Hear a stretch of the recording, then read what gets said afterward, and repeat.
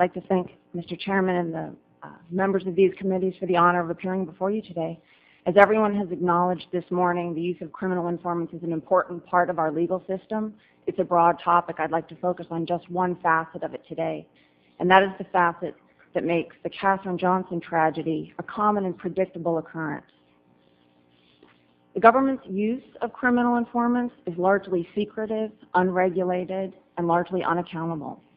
This is especially true in connection with street crime and urban drug enforcement.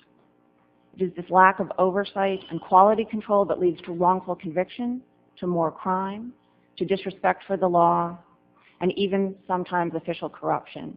At a minimum, we need more data on and better oversight of this important public policy. The Katherine Johnson tragedy reveals the special dangers associated with the use of criminal informants or snitches in poor, high-crime urban communities. Informants are a cornerstone of drug enforcement. It's sometimes said that every drug case involves a snitch. And drug enforcement is most pervasive in poor urban communities like the so-called Bluffs where Mrs. Johnson lived. In these neighborhoods, high percentages of the young male population are under criminal justice supervision at any given time. Here in the District of Columbia, for example, it is estimated to be over half.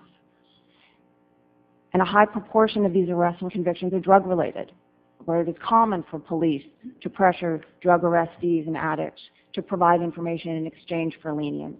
As a result, many people are likely to be informing at any given time. What does this mean for law-abiding citizens like Mrs. Johnson? It means that they must live in close proximity to criminal offenders looking for ways to work off their liability. It means that police in these neighborhoods will often tolerate low-level drug offenses and other offenses in exchange for information. It means that law enforcement may be less rigorous. Police who rely heavily on informants are more likely to act on an uncorroborated tip from a suspected drug dealer, as occurred in this case. In other words, a neighborhood with many criminal informants in it is a more dangerous and less secure place to live.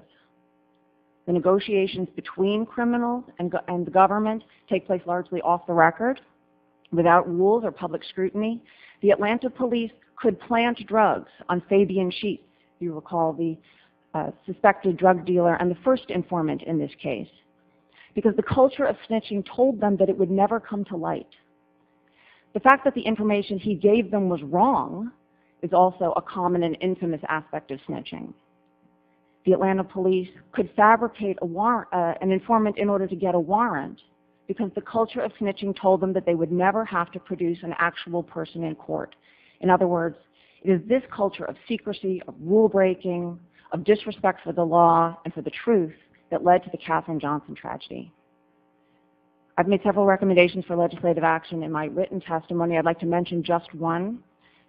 We need to start collecting aggregate data on the use of confidential informants at the state and local as well as federal level. Even police and prosecutors in the main do not know the extent of the use of informants in their own jurisdictions, how many crimes they help us solve, how many crimes they themselves get away with. Most state and local jurisdictions have no mechanism for evaluating or regulating the ways that informants are used. The federal government has begun to address this problem, and so I'd like to conclude with an insight from the FBI.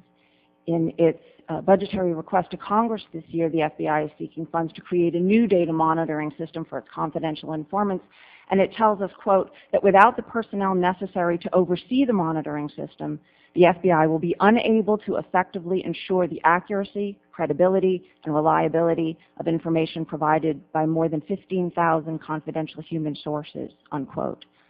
I submit to these committees that if the FBI cannot ensure the reliability of its confidential informants without better data and monitoring, then state and local law enforcement agencies like the Atlanta Police Department cannot be expected to either, and we will see more tragedies like Katherine Johnson. Thank you. Mr. Conyers, of course, I agree that your proposition that this question about the use of confidential informants goes to the heart of the problem in police-community relations. Of course, this is a historic problem in this country. It's not reducible to the problem of snitching or stop snitching. But I would submit that the 20-year policy on the part of state, local, and federal governments of using confidential informants and sending criminals back into the community with some form of impunity and lenience and turning a blind eye to their bad behavior has increased the distrust between police and community. It has worsened the perception in the community that the police and the government are not responsive to the dangers and the needs that we live with every day. And so that measures at the federal as well as state and local level to remedy not just the reality of the violence and the lack of control, but the perception that the government is not going to regulate this matter is of paramount importance and would go to that question of police-community trust. I'd like to second the comments of Commando Burke and Officer Brooks that the direction that we give to law enforcement, the goals that we set for them, will determine the outcomes and the kind of criminal justice system we have. The tools that we give them shape the outcomes that we get. If we make it easy to use snitches, they will use snitches and we will get the kinds of cases that snitches produce. If we make it more accountable, transparent, and rigorous to use snitches, then we will get cases that reflect that policy decision. And those are the kinds of decisions that cannot be made by the lone officer on the street corner. They need to be made collectively by the executive, judicial, and legislative branches.